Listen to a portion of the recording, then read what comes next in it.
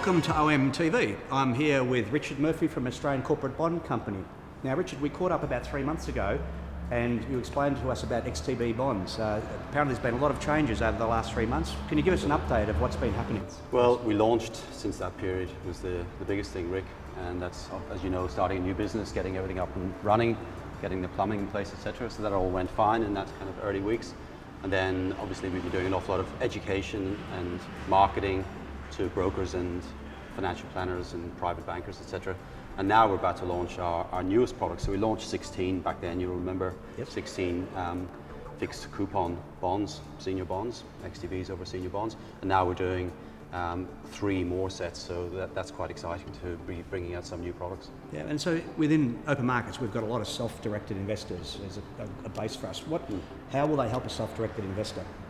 Well, I guess when those self-directed investors, they might be a super fund or just somebody looking at their investment portfolio, they're thinking about where should I be invested? They've got equities, they've probably got some money in the bank account in a term deposit, and they don't really have or haven't had previously on the ASX true fixed income, capital stable investments on the ASX. So XTBs are products that have that capital stability over a long time. So when they're thinking about do I want to keep all the money in the bank account, or do I want to move some into a security that maybe gives me a little bit of a better yield but doesn't move around and be very volatile, like equities, for example, or hybrids. So really there's an empty niche on the ASX from bank accounts over here. Senior bonds were not there. There's hybrids and equities which are more volatile and move around.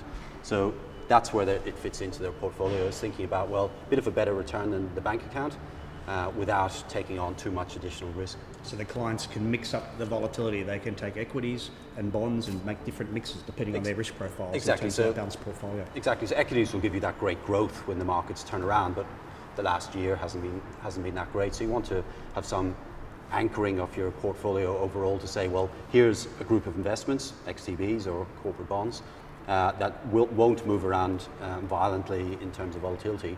They've had about 2% volatility over the last 15 years on average. And that will give me good, stable, solid income.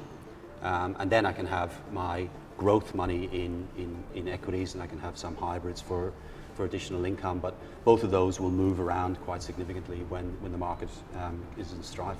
So Richard, I understand there's a new set of bonds coming out shortly that are very suited to retail investors. Can you give us a bit of an update there? Indeed. So the ones we had originally down to 16, they're over sort of BHP and Telstra and Woolworths, and this next group is another group of 6 in a similar vein, but they've got 3 Qantas bonds in there, and APA Pipelines, the Yes. gas pipelines company, a Caltex bond, and a Mirvac bond. So it's really just adding to the existing 16, but kind of going down the credit curve slightly, and so there should be some higher yields available there than the ones that are currently available. Great, that sounds like that'd be of good interest to our retail and self-directed investors. Indeed, absolutely. Terrific, yes. Thank you very much.